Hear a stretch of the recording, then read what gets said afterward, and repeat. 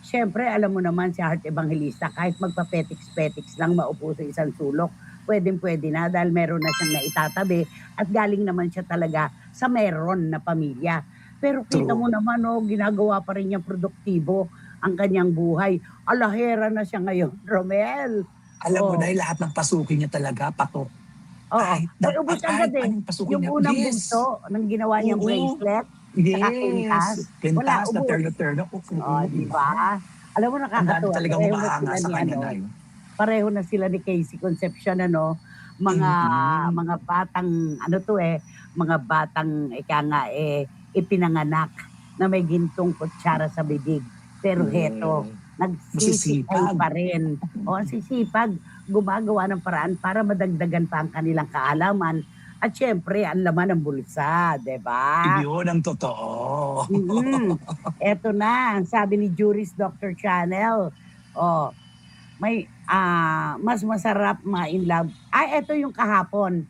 Ito yung kanyang nakalimutan kong basahin kahapon. Masarap ma-inlove kung suportado at tanggap ng mga magulang ang ating napupusuan. Hayahayang buhay, hindi gaya ng iba na you and me against the world. Ang kalaunan, nawawalan din naman ng amor ang publiko sa kanila. At ba't kaya biglang tumigil ang sinasabing planted sighting sila? Ewan, nabisto kasi. Yan yung kahapon niya. Ayun. Sorry, Jury, sa Oo. hindi ko Oo. nabasa kahapon to. Okay, eto yung kanya ngayon. Kahanga-hanga po ang mga kagaya ni Heart na hindi umaasa sa yaman ng kanilang pamilya. Kung tutuusin, set for life na si Heart kahit sitting pretty na lang siya at hindi na magtrabaho. Totoo. Pero hindi, nagtatrabaho at nagnenegosyo pa rin. Hindi gaya ng mga feeling Disney princess dyan, yung mga naipo Ayun baby. na. Oh, di Ayun ba, na, Rodel? ayun na. Tama naman yun. Totoo. Totoo naman yun. Oo. Tsaka Okay, para maiwasan na talagang umaasa lang siya, si Kahit Bella, ang pera niya, kinikita niya, pinaghihirapan. true. Ayan. Nagtatanong ang kinatawan ng pambalitaang programa ng 1PH at ng TV5 na si Joey Francisco. Parang nasa pamilyar na lugar si Romel. Oh, sabihin mo nga sa kanya kung nasaan ka. Nandito po ako sa Tomas Morat po, sa Coffee Bean po. Dito po ako nagla-live kapag may taping po ako ng showbiz lang. Para mas Okay. malapit ako. Oo.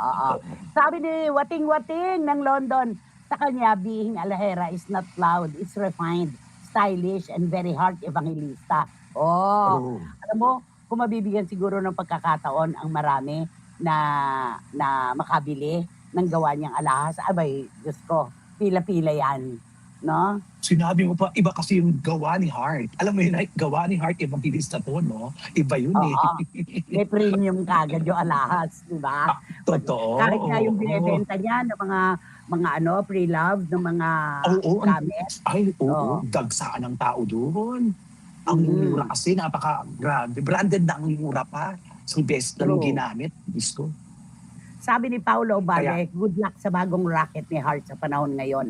Dapat doble ang sipag. Maiinggit na naman ang mga bashers na patay gutom. Hoy, Paolo Ubalde, teka naman. nagpapalinis ka lang ng kuko sa isang shop dyan. May patay gutom ka pa sinasabi. Nakakaaliw naman talaga. Please don't mention my name. Kita mo naman si Heart. Meron ng pera, may kasikatan, lahat nasa kanya na. Pero nagsisikap pa rin para kumita. Sana ganyan din, tularan siya ng iba pang mga artista na umaasa lang sa mga magulang nila. Yun. Oh. Totoo. Sabi ni Dan Clavesillas, Heart, baka sakaling mapikon ka, pakibato mo kami ng mga alahas na ginagawa mo ha. Willing ako magpatama, sabi ni Dan Clavesillas.